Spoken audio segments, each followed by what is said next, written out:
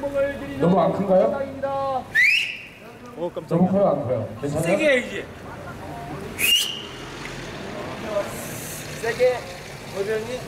뱀 소리 괜찮습니까? 동작 구민 여러분, 사당동 주민 여러분, 감사합니다. 안녕하십니까? 저희들은 4월 11일 국회의원 선거에 출마한 진보신당 기호 6번 김종철 후보 선거운동원들입니다. 따뜻한 일요일이었습니다. 우리 서민들의 삶도 오늘처럼 좀 따뜻한 봄날이었으면 좋겠습니다. 수출이 늘어나고 있습니다.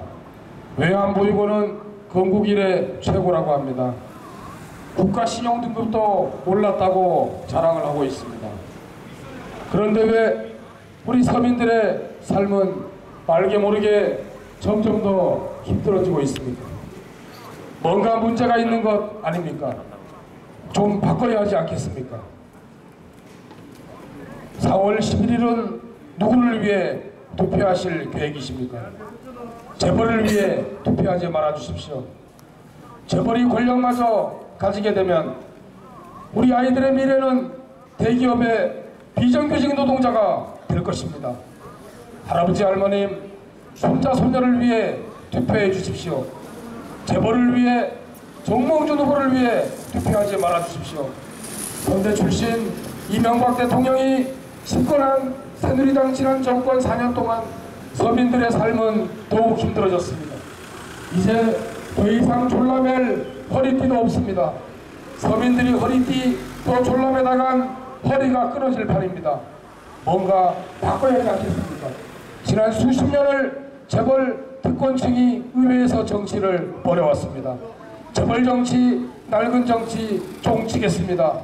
서민이 행복한 노동자가 의회에 들어가 노동자의 삶을 바꾸고, 서민이 의회에 들어가 서민들의 삶을 스스로 바꿔나가 서민의 아이들도 행복하고 희망을 가지고 꿈을 꿀 수 있는 정치를 해야 하지 않겠습니까? 이것이 진보 정치입니다. 동작을한 3명의 후보가 출마했습니다. 이명박 대통령과 동일한 출신을 가지고 있는 현대중공업 정몽준 후보와 현대 출신 이기환 후보입니다. 현대를 위해 투표하실 것입니까? 우리 아이들의 미래를 위해 투표해 주십시오. 비정규직 문제를 해결할 유일한 후보, 진보신당 기호 6번 김종철 후보가 있습니다. 사회 양극화 문제가 심각하다고 합니다. 재벌들이 수많은 이익을 가져가며 서민들과 나누려 하지 않습니다. 법을 만들어야 하지 않겠습니까? 양극화를 해소할 유일한 후보, 진보신당 기호 6번 김종철 후보가 있습니다. 골목 상권을 재벌들의 맛으로부터 지켜내야 하지 않겠습니까? 골목 상권을 지켜낼 유일한 후보, 진보신당 기호 6번 김종철 후보가 있습니다. 대구로 돌아가시는 사당동 주민 여러분, 재벌에게 권력마저 주어서는 안 됩니다. 우리 아이들의 미래가, 젊은이들의 미래가 대기업의 비정규직 하청 노동자로 살아가게 할 수는 없지 않습니까? 여기 진보신당 기호 6번 김종철 후보가 사당동 주민 여러분들과 함께 만들어가고자 하는 아름다운 세상 이야기를 하려고 합니다. 대로에서는 김종철 후보의 지지율이 1위를 달리는 것 같습니다. 동네 골목골목에 들어가셔서 지역 주민들과 이웃들과 이야기 나눠주십시오. 재벌에게 투표하면 우리 아이들의 미래가 대기업의 비정규직 노동자가 될 것입니다. 재벌을 위해 투표하지 말아주십시오. 사당동 주민 여러분, 아이들의 미래, 젊은이들의 미래를 위해서 4월 11일은 진보신당 기호 6번 김종철 후보에게 힘을 주십시오. 진보신당 김종철 후보가 의회에 들어가 재벌정치, 낡은 정치 종치고 서민이 행복한 서민정치, 진보정치를 실현할 것입니다. 자랑스럽게 소개해드리겠습니다. 진보신당 기호 6번 김종철 후보, 이제는 주저하지 마십시오. 실력있는 젊은 진보, 진보신당 기호 6번 김종철 후보를 소개해드리겠습니다. 박수 한번 주십시오. 진보신당 김종철. 네, 감사합니다. 일요일 저녁에 아주 이렇게 조용해야 되는데 선거 때라서 조금 서른할 수 있겠네요. 죄송합니다. 조금만 얘기를 들어주시면 감사하겠습니다. 예, 저는 이번 국회의원 선거 기호 6번으로 출마한 진보신당의 김종철입니다. 이번 선거에서는 저 6번 김종철 그리고 정당 투표가 있습니다. 정당 투표에서는 기호 16번 진보신당에게 한 표를 몰아주시면 우리 서민들이 행복하게 살 수 있는 그러한 아주 좋은 정치를 보여드리겠습니다. 여러분, 저는 저 김종철은 이곳에서도 한번 말씀을 드린 것 같은데 우리 주민들이, 우리 동작구 주민들, 또 우리 대한민국 국민들께서 정말 엄청난 무슨 그 행복을 바라고 있다라고 생각하지는 않습니다. 예를 들면 로또에 뭐 무조건 맞아야 된다거나 아니면 재산이 한 100억쯤은 됐으면 좋겠다거나 아니면 우리 애들이 무슨 김연아나 박태환이나 아니면 하버드 대학교에서 뭐 수석을 해야 된다거나 이렇게까지 바라시지는 않는다고 생각합니다. 그저 자기 한 몸을 잘 건사하고 또 연애도 잘하고 남들한테 손가락질 받지 않으면서 인생에서 조금 큰 걱정 없이 잘 살았으면 좋겠다. 이것이 우리 많은 부모님들과 우리 주민 여러분들의 바람일 것입니다. 그러기 위해서는 좀 걱정이 없어야 되는데요. 우리 사람에게 가장 큰 걱정, 우리 국민들에게 동작 주민 여러분도 마찬가지인 가장 큰 걱정 몇 가지는 없어야 되겠다. 저는 그래서 3가지 걱정 없는 사회를 만들고 싶습니다.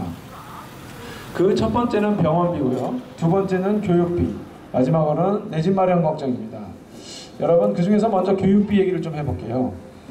우리가 대학 등록금이 1000만 원 시대를 돌파했다, 이런 얘기 들으셨을 겁니다. 그런데 우리나라 대학 등록금이라는 게 전 세계적으로 보면은 2번째로 높은 나라인데요. 첫 번째는 미국입니다. 근데 이 미국은 대학 등록금이 높다 하더라도 각종 기부금, 각종 장학금 이런 게 잘 돼 있어서 학생들에게 많은 혜택을 줍니다. 그래서 결과적으로 보면 우리나라가 전 세계에서 가장 등록금이 비싼 나라가 되어버렸습니다. 등록금 1위입니다. 등록금 1위. 다른 걸 1등을 해도 정말 부족할 판에 대학 등록금 1위라고 하는 거는 너무 안타까운 일이죠.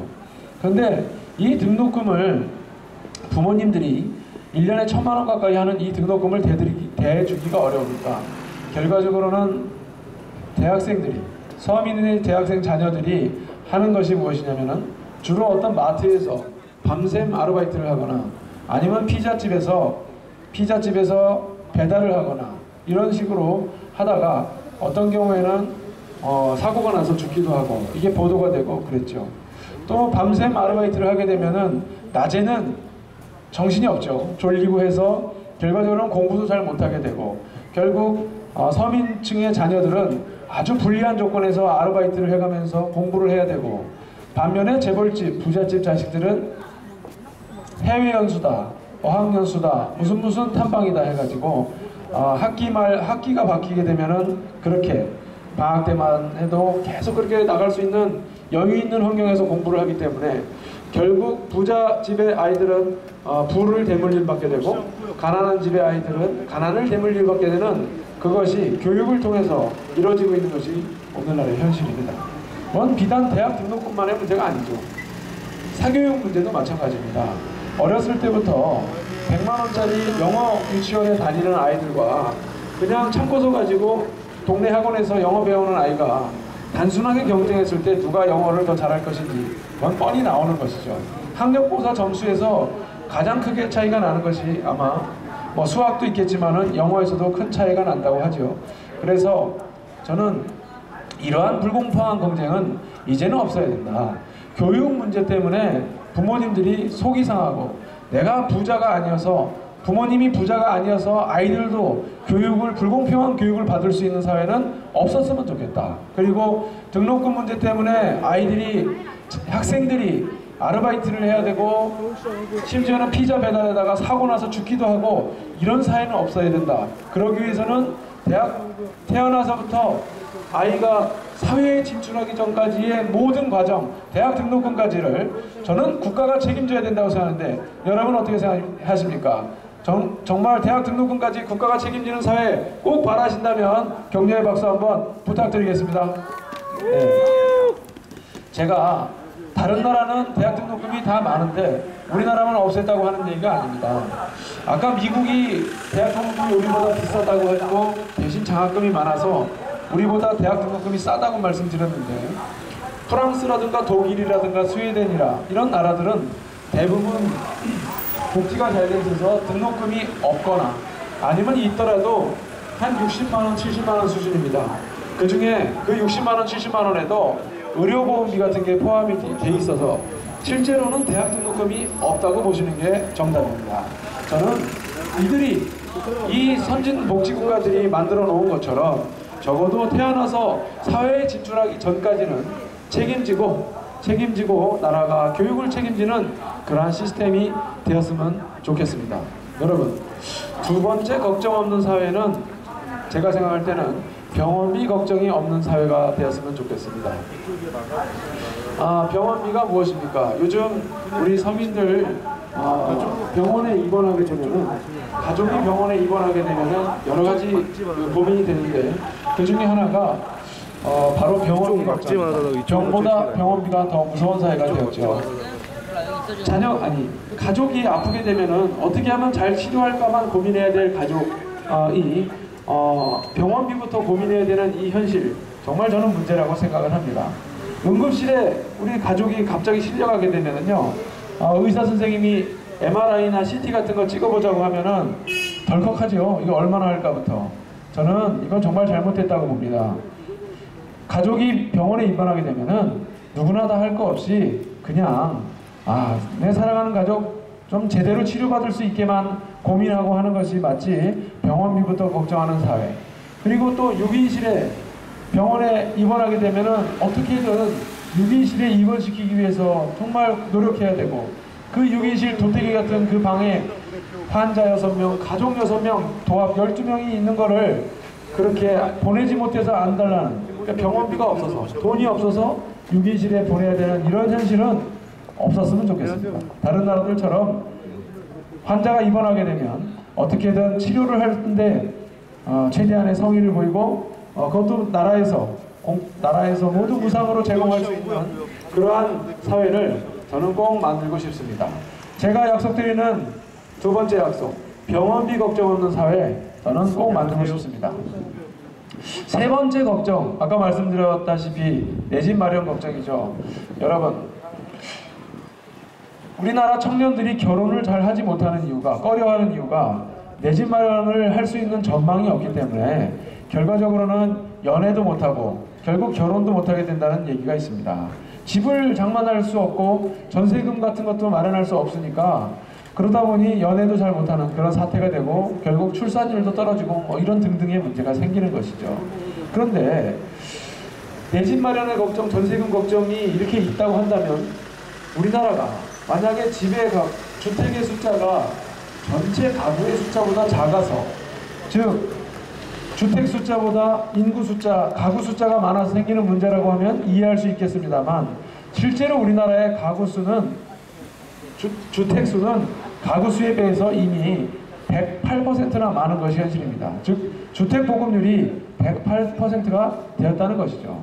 그렇다면 왜 이렇게 고통스러운 걸까요? 그 이유는 자기가 살지도 않으면서 집을 수십 채씩 보유하고 투기의 수단으로 삼는 그러한 세력에 대해서 지금까지 대통령과 국회, 정부가 단호하게 응징하지 못했다고 저는 생각을 합니다. 그렇기 때문에 저는 이 내 집 마련 걱정, 전세금의 걱정, 월세 인상의 걱정을 서민들로부터 덜어드리기 위해서는 투기꾼들로부터, 주택을 수십 채 갖고 있는 이 투기꾼들로부터 주택 강제 환수를 해서라도 서민들의 내 집 마련 걱정, 전세금 걱정을 덜어야 된다고 생각하는데, 여러분들은 어떻게 생각하십니까? 제 말씀이 맞다고 생각하신다면 격려의 박수 부탁드리겠습니다. 네, 감사합니다. 저는 그것을 할 것입니다. 서민들의 병원비 걱정, 교육비 걱정, 내 집 마련 걱정, 이 세 가지가 걱정 없는 사회를 꼭 만들고자 합니다. 여기에 더해서 여러분, 오늘 한 가지만 더 요즘 들어서 대두되고 있는 아주 크나큰 걱정 한 가지에 대해서만 말씀을 드리겠습니다. 여러분, 요즘 우리나라가 노령화 시대라고 하죠. 아이가 태어나지가 않고 노인 인구가 점점 많아집니다. 제가 1970년생인데 제가 태어났을 때 한 해에 태어난 아이가 102만 명이었고요.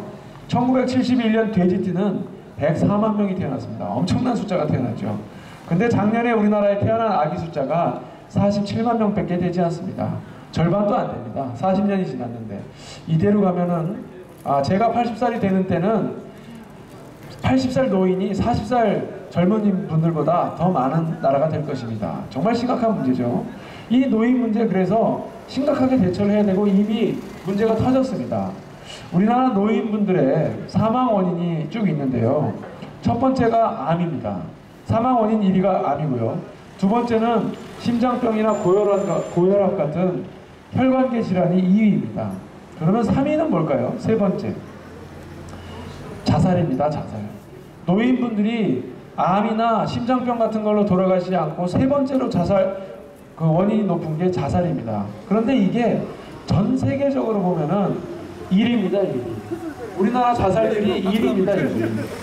노인분들이 평생을 고생하셨으면 노후를 편안하게 사시고 또 오래오래 사셔서 행복하게 사셔도 모자랄 마당에 내 삶은 더 이상 가치가 없고 의미가 없으니 죽겠다. 그래서 가족들과 함께 자살하겠다. 이런 노인들이 이렇게 늘어나고 있는데 정말 지금까지 이 나라의 위정자들, 국회의원들, 또 대통령들은 무엇을 했습니까? 저는 이 측면에서 이 나라의 집권을 지금까지 수십 년간 해왔고 또 노인분들의 표를 받아서 집권한 새누리당, 이명박 정부 정말 혼내지 않을 수가 없습니다. 정말 불효막심한 정부고 불효막심한 정당입니다. 자기들이 노인 어르신들에게 이 나라를 똑바로 세우겠다, 혼란에 빠진 나라를 기강을 바로 세우겠다 하고 집권을 했으면 그 노인 어르신들에게 최소한 제대로 살 수 있는 그러한 장치라도 마련드려야 되지 않을까요? 이 길거리에 폐지 줍는 노인이 이렇게 많은데 그분들에게 기초노령연금이라고 해서 고작해야 최대 9만원, 그것도 안 되고 7, 8만원 받는 분들이 있고 그 돈으로 도대체 무엇을 하라고 이 지경을 만들어 놨단 말입니까? 다른 나라는요 최소한 60, 70만원이 모든 노인에게 기본적으로 지급되는 연금입니다. 그렇기 때문에 그분들은 특별히 큰 걱정 없이 노후를 보낼 수가 있고 어떻게 하면 일찍 은퇴할까 이런 얘기도 고민한다고 합니다. 그런데 노인 여러분들, 어르신 여러분들의 표를 받아서 집권한 이 나라에 그동안의 집권당, 새누리당, 이명박 정권이 고작해야 9만원 드리는 이거 가지고 노후를 행복하게 보내시라 라고 하고 있으니 통탄할 일이 아닐 수 있습니다. 아닐 수 없습니다. 게다가요, 박근혜, 지금 새누리당 대표가 박근혜 대표이시죠? 네, 안녕하십니까. 이 박근혜 대표가 2008년 대통령, 2007년 대통령 선거 나왔을 때 공약이 기초노령연금을 현재 9만원 수준에서 2배인 20만원 정도로 올리겠다는 게 당시 박근혜 대표의 공약이었어요. 그런데 5년 후인 지금 본인이 당대표가 새누리당 대표가 됐는데 지금 그 공약이 없어졌습니다. 어르신들을 표를 받아서 어르신들에게 잘해드리려면 기초노령연금을 9만원에서 20만원으로 올려드리겠다는 그 5년 전의 약속 박근혜 대표 지켜야 되는 거 아닙니까? 이번 선거에서 그 공약 사라졌습니다. 똑같이 9만원 그냥 드리겠다는 것입니다. 물가도 뛰고 그랬는데 결국 이 새누리당은 노인들에게는 표만 받아먹고 결국 노인들에게는, 어르신들에게는 아무것도 해준 것이 없어서 결과적으로는 노인분들이 자살로 생을 마감하게 되는 그러한 사태를 방치하게 된 불효막심하고 못된 정권이다 라고 저는 생각을 합니다. 여러분 그렇지 않나요? 정말 이 새누리당에게 회초리 들어야 된다고 저는 생각하는데 맞다고 생각하신다면 박수 한번 부탁드리겠습니다. 그렇습니다.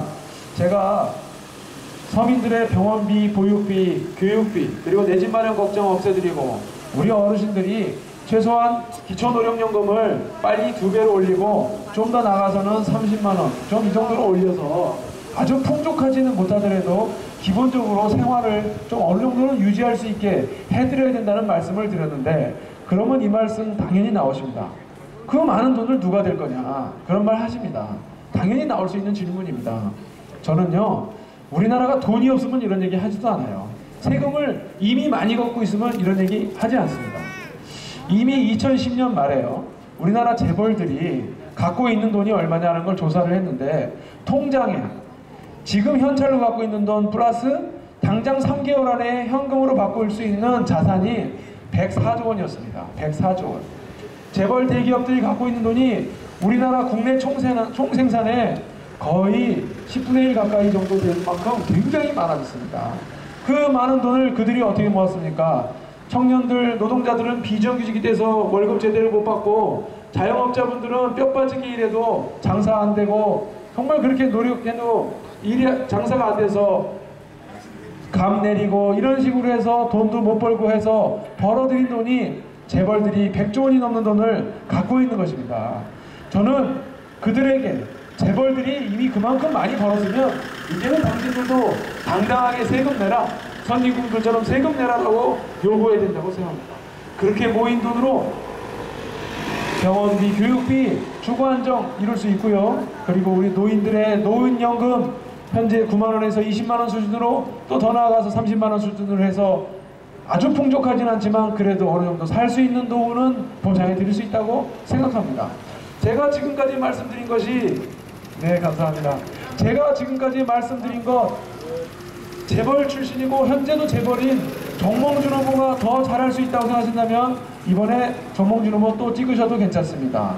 아니면 민주당의 이기한 후보가 재벌개혁과 부자증세 그리고 서민복지 더 잘할 것이라고 생각한다면 이번에 이기한 후보 찍으셔도 저는 아무 말 하지 않겠습니다. 하지만 재벌들에게 지금까지 단 한 푼도 받은 바 없고 언제든지 재벌 증세, 부자 증세, 부자에게 세금을 걷어서 서민에게 복지를 드려야 된다고 당당하게 얘기해왔으며 오히려 여러분 곁에서 싸우다가 벌금을 맞은 것을 자랑스러워하는 저 진보신당 김종철이 그 일을 더 잘할 것이라고 생각한다면 이번에는 주저하지 마시고 젊은 진보, 패기 있는 진보 기호 6번 김종철과 저희 진보신당 정당 투표는 16번 진보신당에게 힘을 몰아주십시오. 여러분들께 살기 좋은 사회를 만들어 드리기 위해서 끝까지 노력하겠습니다. 들어주셔서 대단히 감사합니다. 감사합니다.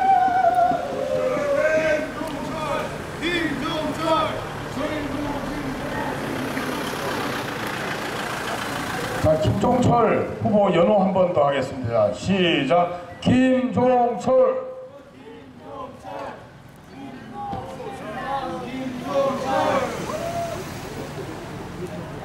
사당동 주민 여러분, 서민들은 정말 열심히 살아가고 있습니다. 그런데 국가 경제는 더 좋아진다고 하는데 우리들의 삶은 더욱 힘들어지고 있습니다. 바꿔야 하지 않겠습니까? 정말 더 이상 졸라맬 허리띠도 남아있지 않습니다. 허리가 끊어질 지경입니다. 아이들 등록금 문제, 보육 문제, 주택 문제, 의료비 문제 해결하고 서민의 아이들도 미래를 꿈꾸고 희망을 가지고 살아갈 수 있는 세상이 되어야 하지 않겠습니까? 재벌에게 권력을 주신다면 우리 아이들의 미래는 대기업의 비정규직 노동자가 될 것입니다. 지난 5년 현대 출신 이명박 새누리당 정권 하에서 서민 경제가 얼마나 힘들어졌습니까? 그렇다고 민주당은 정권을 심판하겠다고 이야기하고 있습니다. 민주당이 집권했던 그전 10년의 서민들의 삶은 또 어떠하셨습니까? 왜 그렇습니까? 재벌 특권층만이 정치를 하고 의회에 들어가 있었기 때문입니다. 재벌 정치, 낡은 정치, 정치고 서민이 직접 의회에 들어가 노동자의 삶을 바꾸고 중소상인들의 삶을 바꿔나가는 정치, 바로 이것이 진보 정치인 것입니다. 사랑하는 사당동 주민 여러분, 4월 11일은 재벌을 위해, 현대를 위해 투표하는 것이 아니라 우리 아이들의 미래, 나의 미래를 위해 진보신당 기호 6번 김종철 후보에게 압도적인 지지를 보내주십시오. 진보신당 김종철 후보가 서민들의 힘을 백으로 의회에 들어가 서민이 행복한 세상 반드시 만들어내겠습니다. 감사합니다.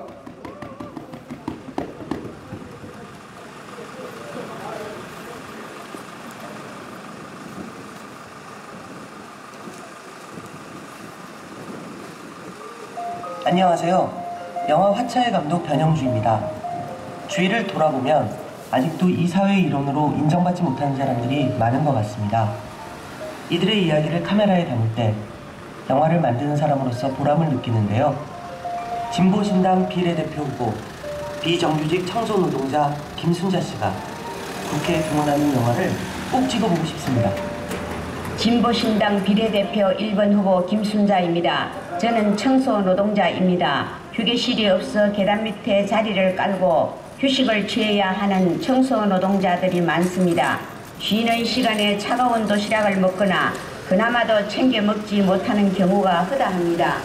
국회에 진출해서 청소노동자들이 따뜻한 밥 먹고 편히 쉴 수 있는 세상을 만들고 싶습니다. 바른당이 간판을 바꿀 때 진보신당은 삶을 바꿉니다.